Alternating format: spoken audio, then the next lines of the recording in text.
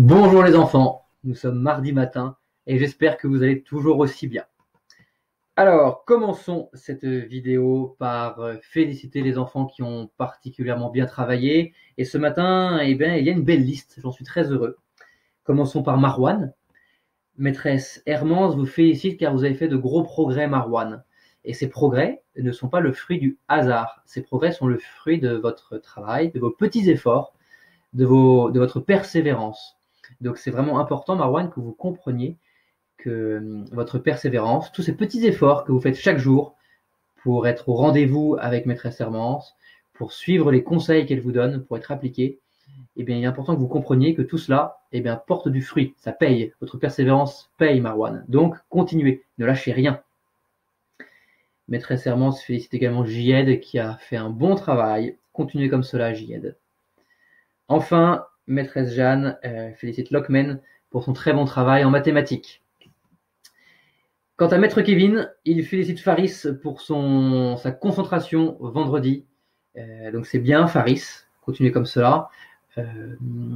Et également Sophia et Samia qui ont fait un bon travail la semaine dernière.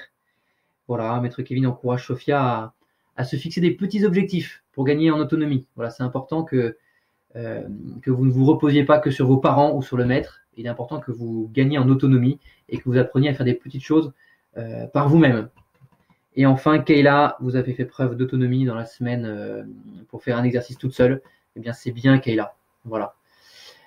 Quant à moi, je félicite vraiment Faris pour l'histoire. Voilà, pardonnez-moi l'expression, Faris, mais vous avez cartonné en histoire hier lundi. Vous avez eu 20 à votre interrogation. C'était parfait. Voilà, vous avez bien travaillé, vous avez bien compris. Et c'est un vrai plaisir de voir des élèves qui ont bien travaillé. Donc, continuez comme cela, Faris.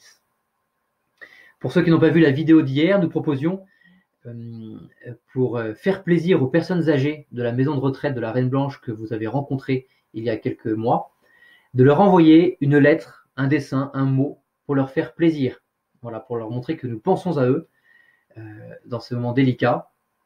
Et donc, vous pouvez dès maintenant envoyer par mail à Madame Durnerin, qui vous enverra ce matin une liste de prénoms. Donc, vous pouvez envoyer à ces personnes un dessin ou une lettre voilà, par mail.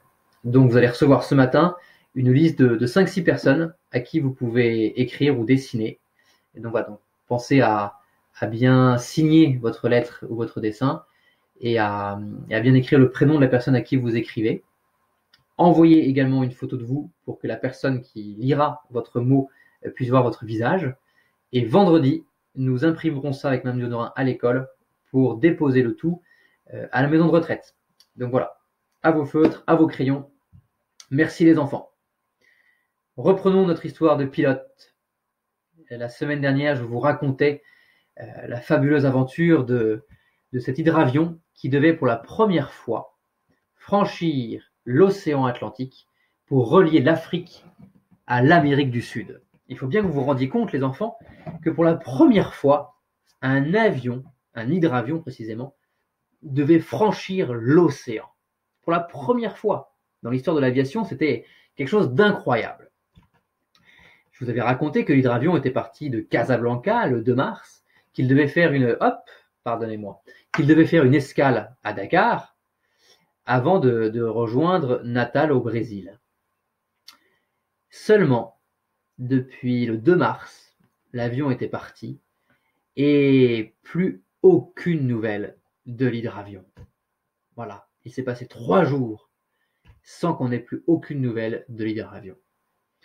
Et en aviation, eh bien, quand on n'a pas de nouvelles comme ça d'un avion, généralement, ce n'est pas bon signe.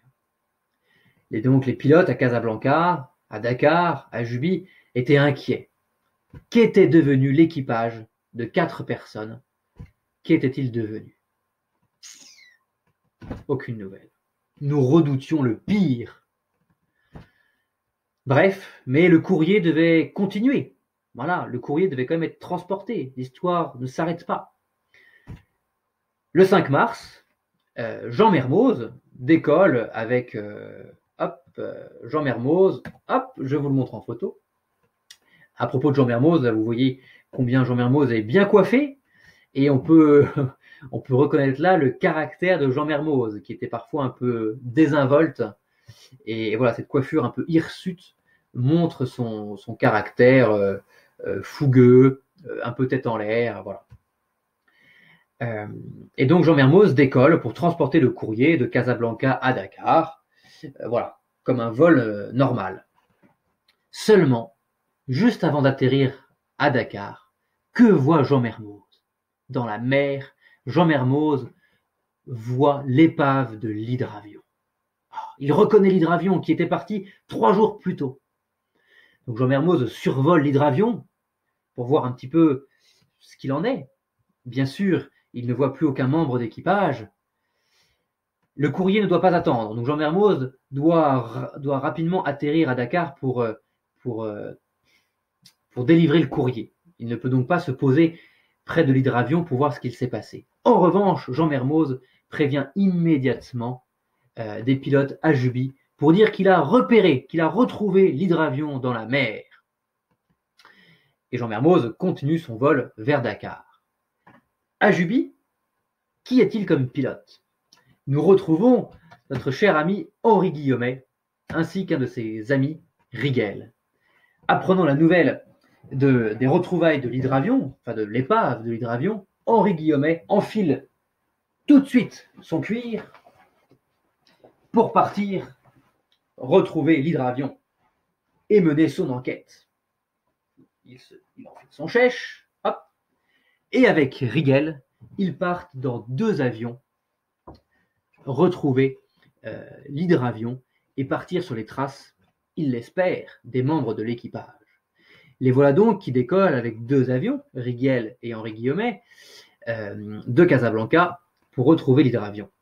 Ils retrouvent assez rapidement l'hydravion puisque les indications de Jean Mermoz étaient précises. Ils se posent en haut de la falaise puisque l'hydravion, en fait, c'était, l'épave était dans la mer, près d'une falaise. Rigel et Henri Guillaumet donc se posent en haut de la falaise et laissant tourner le moteur au ralenti, descendent à pied la falaise pour retrouver l'épave dans l'eau. Ils font le tour de l'épave, bien sûr aucun membre d'équipage, ils s'aperçoivent que l'hydravion a été même pillé, voilà, les appareils électroniques ont été emmenés, plus aucun membre d'équipage. Henri Guillaumet et Rigel remontent donc la falaise, remontent dans leur avion et vont décoller pour repartir sur les traces des 4 membres de l'équipage qui ont disparu. Et nous verrons la suite de l'aventure jeudi matin. Voilà. Je vous souhaite une excellente journée les enfants, au travail. Voilà, pensez également à comme à l'école, à rendre des petits services à la maison, à mettre le couvert, à rendre service à vos petits frères et sœurs, à rendre service à vos parents dans ces moments qui ne sont pas forcément évidents. Donc n'oubliez pas l'esprit de service que vous aviez à l'école, eh bien vous pouvez avoir le même à la maison. À jeudi les enfants, bonne journée.